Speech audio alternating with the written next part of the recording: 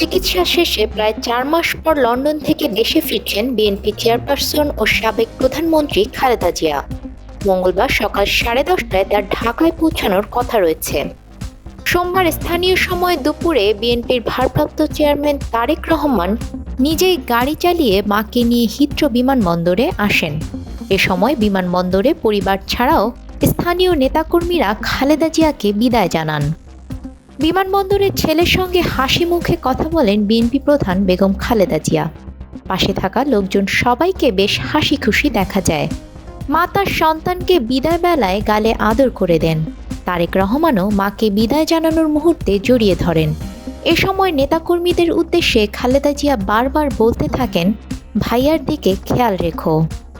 সঙ্গে আছেন তার দুই পুত্রবধূ ডাক্তার জোবাইদা রহমান ও সৈয়দা শামিলা রহমান।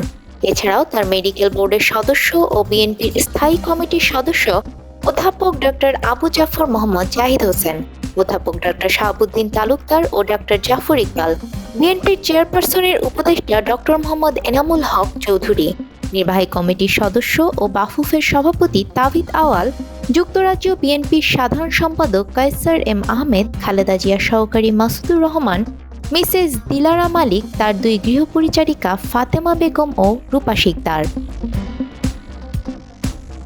নিউজ ডেস্ক, আমাদের সময়।